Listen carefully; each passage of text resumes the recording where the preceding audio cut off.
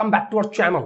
और आज हम अपने लिए लेकर आए हैं एक specific topic, reconciliation statement. Basically cost account हम प्रिपेयर करते हैं, फाइनेंशियल अकाउंट हम प्रिपेयर करते हैं, लेकिन मैं आपको थोड़ा सा समझाना चाहूंगा कि अकाउंट्स में और कॉस्ट को हम अलग अलग भी बना सकते हैं और एक साथ भी बना सकते हैं। तो जब कॉस्ट और फाइनेंशियल के अकाउंट एक साथ बनाए जाते हैं तो हम उन्हें कहते हैं इंटीग्रेटेड अकाउंटिंग।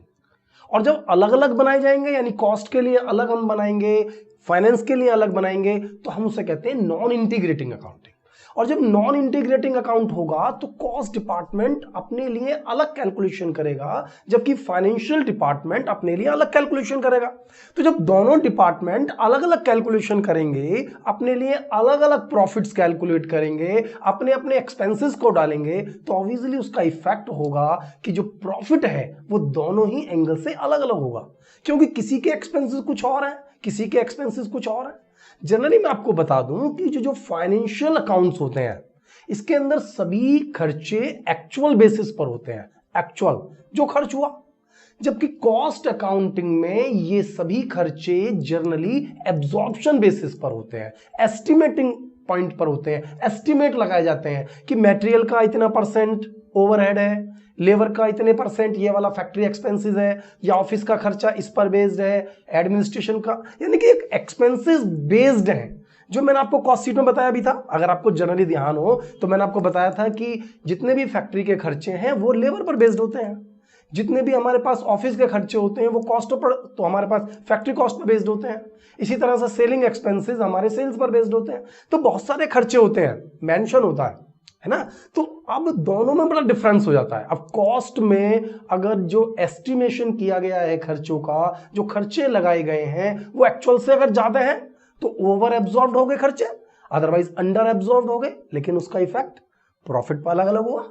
तो हमें करेक्ट प्रॉफिट, क्या कॉस्ट का जो प्रॉफिट बनाया गया है, जो कैलकुलेट किया गया है, इसी तरह से पीएल से जो प्रॉफिट कैलकुलेट किया गया है, उसमें कुछ सिमिलैरिटी चेक करनी होगी, देखना तो होगा ना, कंपेयरिंग तो करना होगा, एनालिसिस तो करना होगा कि जो इंफॉर्मेशन दी गई है, जो डाटा दिए गए हैं, वो इतने ज्यादा बिखरे हुए तो नहीं है कि हम पता ही ना चले कि अकाउंट्स कुछ और एनालिसिस कर रहा है, कॉस्ट कुछ और एनालिसिस कर रहा है।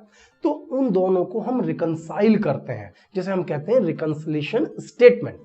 आपने कभी उसमें पढ़ा होगा ना हमारे पास जो बैंक अकाउंट और कैश अकाउंट, कैश बुक और बैंक बुक पढ़ते हैं ना हम, तो पासबुक और कैश बुक को हम कंपेयर करते हैं। सेम ऐसे ही हम फाइनेंशियल के एक्सपेंसेस, फाइनेंशियल के प्रॉफिट, फाइनेंशियल के जो टर्म्स हैं उनको कॉस्ट की टर्म्स से हम मैच करते हैं।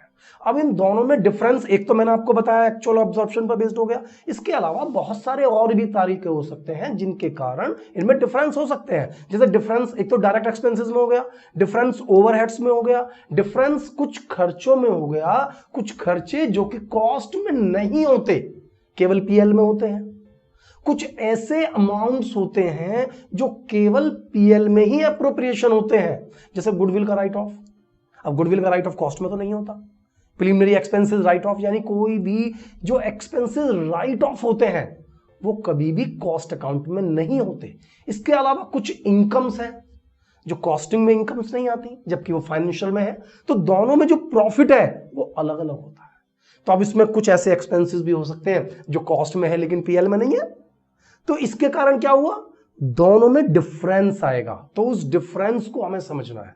इसके अलावा जो स्टॉक्स होते हैं, भाई हमारे फाइनेंशियल अकाउंट के जो स्टॉक्स होते हैं और जो कॉस्ट में जो स्टॉक्स होते हैं वो अलग अलग वैल्यूड होते हैं। भाई कॉस्ट में लीफो फीफो एवरेज पर बेस्ड होते हैं, जबकि फाइनेंस में अलग तरीके से।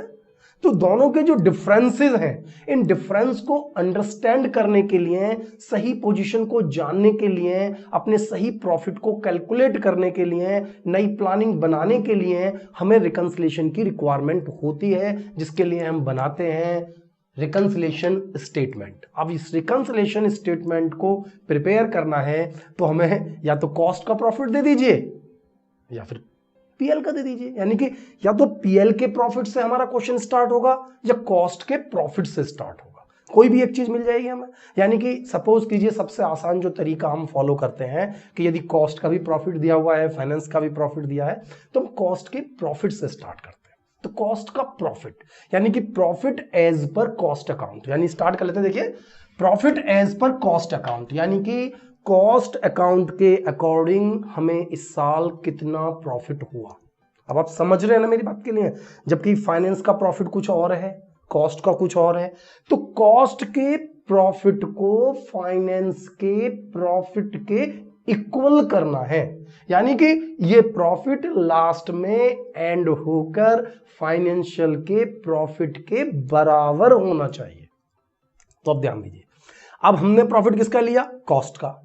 अब आपको इतना थोड़ा सा आइडिया रखना चाहिए, थोड़ा सा लॉजिक हमें मेंटेन करना पड़ेगा कि यदि कोई खर्चा हम किसी भी जगह ज्यादा डालते हैं, अब आप कुछ देख लीजिए, यदि मैं कोई एक्सपेंसेस ज्यादा डालता जाऊं, अपने पीएल अकाउंट के अंदर एक्सपेंसेस बढ़ाता जाऊं, तो मेरा जो नेट प्रॉफिट है वो क्या हो जाएगा? कम हो जाएगा। सेम है यार, सेम है यार कि यदि आपने कुछ खर्चे कॉस्ट में ज्यादा डाले हैं, एक्सपेंसेस ओवर चार्ज्ड, यानी कि खर्चों को कॉस्ट अकाउंट में ज्यादा डाला गया है, या इसका अपोजिट कह दूं कि पीएल में खर्चों को कम डाला गया है। एक ही बात है कि पीएल में खर्चे कम डाल रहे हो, कॉस्ट में ज्यादा डाल रहे हो। हमें वही मतलब निकालना है कि कॉस्ट में खर्चों को ज्यादा डाला गया है, तो expenses over charge in cost account, या लैंग्वेज बदल दी जा सकती है कि expenses under charge in financial account, under charge in financial account, या एक तीसरी लैंग्वेज हो सकती है expenses charged only in cost account. कुछ खर्चे केवल और केवल कॉस्ट अकाउंट में ही डाले गए, कुछ खर्चे कॉस्ट अकाउंट में ज्यादा डाले गए, कुछ खर्चे फाइनेंशियल अकाउंट में कम डाले गए।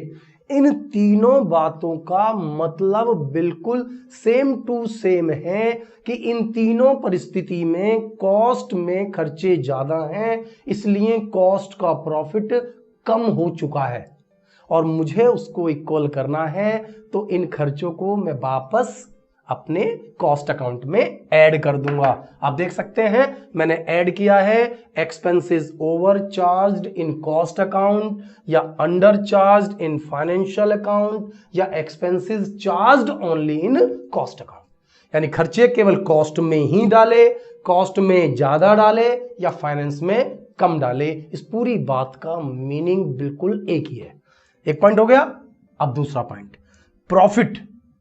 अब मैंने आपसे कहा था कि जर्नली कोई भी इनकम कॉस्ट में होती ही नहीं है, तो यदि कोई इनकम कॉस्ट में नहीं है लेकिन पीएल में है, कहां है? पीएल में, तो प्रॉफिट और received excluded from cost account, तो ये प्रॉफिट कॉस्ट अकाउंट में नहीं है, जिसके कारण कॉस्ट का प्रॉफिट फाइनेंस के प्रॉफिट से कम है और मुझे उस प्रॉफिट को उसके बराबर करना है, तो मैं इसको भी यहां ऐड कर दूंगा, ऐड जोड़ दूंगा, तो ये प्रॉफिट भी फाइनेंस के बराबर हो जाएगा।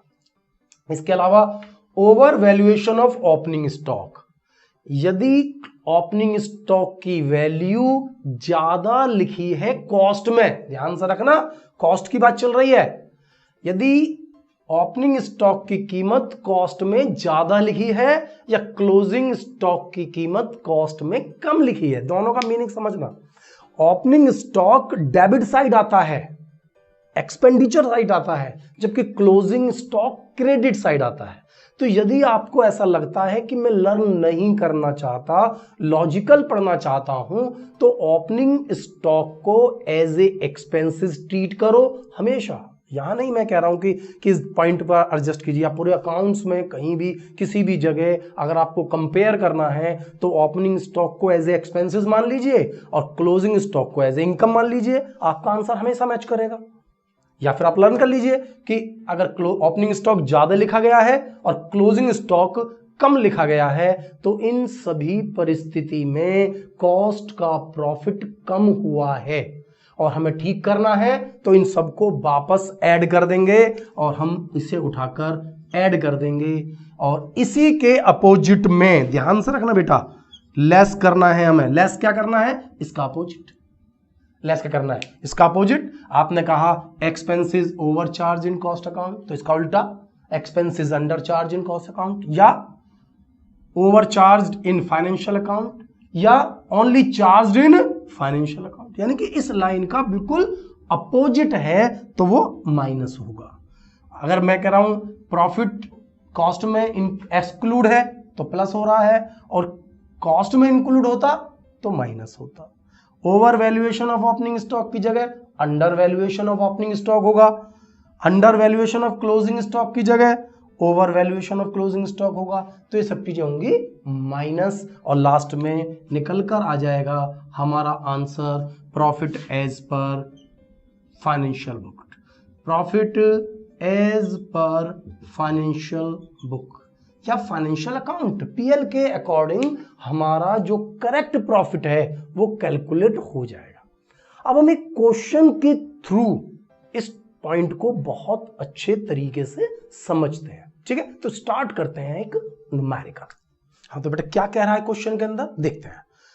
From the following data prepare a reconciliation statement, और इसमें कहते हैं profit as per cost account.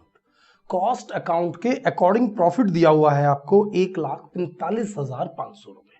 तो सबसे पहले प्रॉफिट लिख लिया कॉस्ट अकाउंट का, and then works overheads under recovered. मैंने आपसे कहा था कि जब रिकवर्ड एब्जॉर्प्शन की बात होती है तो हम उसे कॉस्ट का पार्ट मानते हैं, है ना, क्योंकि फाइनेंशियल में तो एक्चुअल होता है। तो यहां पर आप कह रहे हैं कि अंडर रिकवर्ड यानी कि खर्चे आपके यहां कम लगे हैं, खर्चे आपके यहां ज्यादा लगेंगे। तो मैंने आपसे कहा था सारे प्लस करूंगा मैं, जितने भी खर्चे आप करेंगे ज्यादा उन सब खर्चों को क्या करूंगा मैं, प्लस करूंगा, और बाकी सबको क्या करूंगा मैं, माइनस करूंगा। तो आपने क्या करा, खर्चे यहां पर कम लगे हैं, तो आपके खर्चे कम लगे हैं तो कहां ढूंढेंगे आप, माइनस में। भाई ज्यादा खर्चे लगाएंगे कॉस्ट में, प्रॉफिट कम हो गया, प्रॉफिट बढ़ाना है मुझे, प्लस करूंगा। यानी कॉस्ट में खर्चे ज्यादा तो प्लस, कॉस्ट में खर्चे कम तो माइनस। नेक्स्ट वो कह रहा है एडमिनिस्ट्रेड ओवरहेड्स अंडर रिकवर्ड, ये भी अंडर रिकवर्ड है यानी ये भी माइनस होंगे। अमाउंट है 9,500 रुपए, 9,500 लिख दिया हमने। इसके बाद ये अमाउंट थी 22,750 रुपए, ये 22,750 रुपए। क्लियर हो गया। अंडर रिकवर्ड, ध्यान रखना है बार बार कि अंडर रिकवर्ड खर्चे का मतलब है कॉस्ट में खर्चा कम, कॉस्ट में खर्चा ज्यादा तो प्लस, और कॉस्ट में खर्चा कम तो माइनस। इसके बाद वो कह रहा है सेलिंग ओवरहेड्स ओवर रिकवर्ड, ज्यादा लगा रहे हैं, ज्यादा लगाओगे तो प्लस करना पड़ेगा, सीधा है। सेलिंग ओवरहेड्स ओवर रिकवर्ड तो प्लस, अंडर रिकवर्ड तो माइनस। नेक्स्ट वो कह रहा है over valuation of opening stock, opening stock को ज्यादा लिखा गया है। अगर ओपनिंग स्टॉक ज्यादा लिखा गया है यानी एक्सपेंसेस ज्यादा लिखा गया है, कितने रुपए का ज्यादा लिखा गया है, 15,000 रुपए का। यानी कि अगर आपने ओपनिंग स्टॉक ज्यादा लिखा है, मैंने आपको बताया था या तो लर्न कर लीजिए ओपनिंग स्टॉक, नहीं तो ओपनिंग स्टॉक एक्सपेंडिचर होता है और एक्सपेंडिचर ज्यादा तो खर्चा तो प्रॉफिट कम हो गया हमारा, तो हमें प्लस करना होगा। यानी कि जब जब खर्चे आपने ज्यादा लगाए हैं तब तब मैंने प्लस किया है, जब जब खर्चे आपने कम लगाए हैं मैं माइनस कर रहा हूं। नेक्स्ट वो कह रहा है over valuation of closing stock, तो ओपनिंग का जस्ट अपोजिट, अगर ओपनिंग का ज्यादा प्लस है तो क्लोजिंग का ज्यादा माइनस होगा। तो over valuation of closing stock ये है मेरे पास 7,500 रुपए, ठीक है। थोड़ा सा अमाउंट चेक कर लेना, अमाउंट मिस ना हो बेटा, अमाउंट ऊपर नीचे हो गई थी। नेक्स्ट है मेरे पास interest earn during the year, interest कमाया आपने जो इंटरेस्ट कमाया तो वो हमारी कॉस्ट में तो है ही नहीं, वो तो केवल पीएल में आता है। तो हमारी कॉस्ट का प्रॉफिट क्या हो गया, कम, तो फटाफट प्लस कर दीजिए, ये लो इंटरेस्ट प्लस कर दिया। इसी तरीके से रेंट रिसीव्ड हुआ, अगेन देखिए ज्यादा दिमाग लगाने की रिक्वायरमेंट ही नहीं है, क्योंकि जितनी भी इनकम होंगी वो केवल पीएल में होंगी, तो कॉस्ट के प्रॉफिट में हम उन्हें ऐड करेंगे तभी वो हमें करेक्ट आंसर देंगी। इसके बाद है बैड डेब्ट राइट ऑफ और preliminary expenses right of. Bad डेब्ट राइट ऑफ करिए या प्रीलिमिनरी एक्सपेंसेस राइट ऑफ कीजिए, क्योंकि कोई भी खर्चा हमारा राइट ऑफ वाला कॉस्ट में आता ही नहीं है, यानी कि इन खर्चों को हमने कॉस्ट में डाला ही नहीं, यानी कि ये सभी खर्चे कॉस्ट में क्या है, अंडर रिकवर्ड।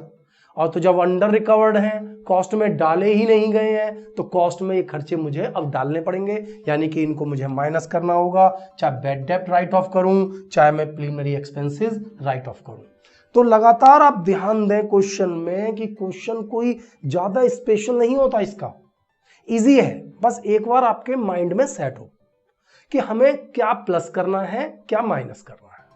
हमें वो सभी खर्चे प्लस करने हैं, वो सभी खर्चे प्लस करने हैं जो कॉस्ट में डाले गए, कॉस्ट में ज्यादा डाले गए, या मैं कहूं पीएल में कम डाले गए। कुल मिलाकर कॉस्ट में ज्यादा डाले गए, उन सभी खर्चों को प्लस करना है, और वो सभी इनकम प्लस करनी है जो कॉस्ट में नहीं लिखी है आपने। ठीक है भाई, इतना तो ध्यान रख लीजिए। बाकी मैंने कह दिया ओपनिंग स्टॉक को आप खर्चा मान लीजिए, क्लोजिंग स्टॉक को आप इनकम मान लीजिए। अगर आप ओपनिंग स्टॉक ज्यादा लिख रहे हैं यानी खर्चा ज्यादा लिख रहे हैं, खर्चा ज्यादा लिख रहे हैं तो प्रॉफिट आपका कम हो चुका है। प्रॉफिट क्या हो चुका है? कम हो चुका है। उसी के अकॉर्डिंग आप क्वेश्चन सॉल्व कर दीजिए। यानी ओपनिंग स्टॉक को ज्यादा लिखने का मतलब है कि आपका प्रॉफिट कम हो गया और आपको उस प्रॉफिट को ज्यादा करना होगा, प्लस करना होगा। यानी कुल मिलाकर क्या क्या प्लस कर रहे हैं हम? कोई भी एक्सपेंसेस जो कॉस्ट में ज्यादा लगाया, कोई भी एक्सपेंसेस जो केवल कॉस्ट में लगाया, कोई भी एक्सपेंसेस जो फाइनेंस की बुक में कम लगाया, ओपनिंग स्टॉक ज्यादा लगाया या क्लोजिंग स्टॉक की वैल्यू कम लगाई। कुल मिलाकर ये चार बातें आप लर्न कर लीजिए। ये सब प्लस होना है, उसका अपोजिट माइनस होना है। प्लस करके लिख दिया हमने, इसको इसमें प्लस किया 2,10,750, ये सब उठाकर मैंने ऐड किया और इसमें से माइनस किया तो 1,44,000। यानी कि जो कॉस्ट का प्रॉफिट 1,45,000 है तो हमारा फाइनेंस का प्रॉफिट 1,44,000 है। तो कभी कभी तो क्वेश्चन में ये दोनों वैल्यू देता है तो आंसर तो हमें पता होता है, हम प्लस माइनस कर ही लेंगे। इतना तो हम स्मार्ट लोग होते ही हैं कि हम आंसर में गलती नहीं करेंगे, लेकिन हमें इसको समझना है, प्रॉपर तरीके से समझ पाएंगे, क्योंकि इसी टर्म पर बेस्ड हमारा बैंक रिकंसिलिएशन होता है। अगर आपको थोड़ा कम समझ में आ रहा है तो आप बैंक रिकंसिलिएशन की वीडियो जाकर देख सकते हैं, उसमें भी आपको बहुत अच्छा क्लियर हो जाएगा। लेकिन कोई ऐसी समस्या की बात नहीं है, क्योंकि मैं अपनी नेक्स्ट वीडियो में आपके लिए कुछ और न्यूमेरिकल लेकर आऊंगा इसी टॉपिक से रिलेटेड, सो दैट कि आपको ये टॉपिक बहुत अच्छे तरीके से समझ में आए। आपको मेरी वीडियो कैसी लगी? वीडियो को ज्यादा से ज्यादा अपने दोस्तों के साथ शेयर करें, वीडियो को लाइक करें, चैनल को सब्सक्राइब करें और बेल आइकॉन प्रेस करना ना भूलें, जिससे कि मेरी जो नई वीडियोज हैं उनके नोटिफिकेशन आपको लगातार मिलते रहे। थैंक यू बेटा, मिलता हूं अपनी नेक्स्ट वीडियो में।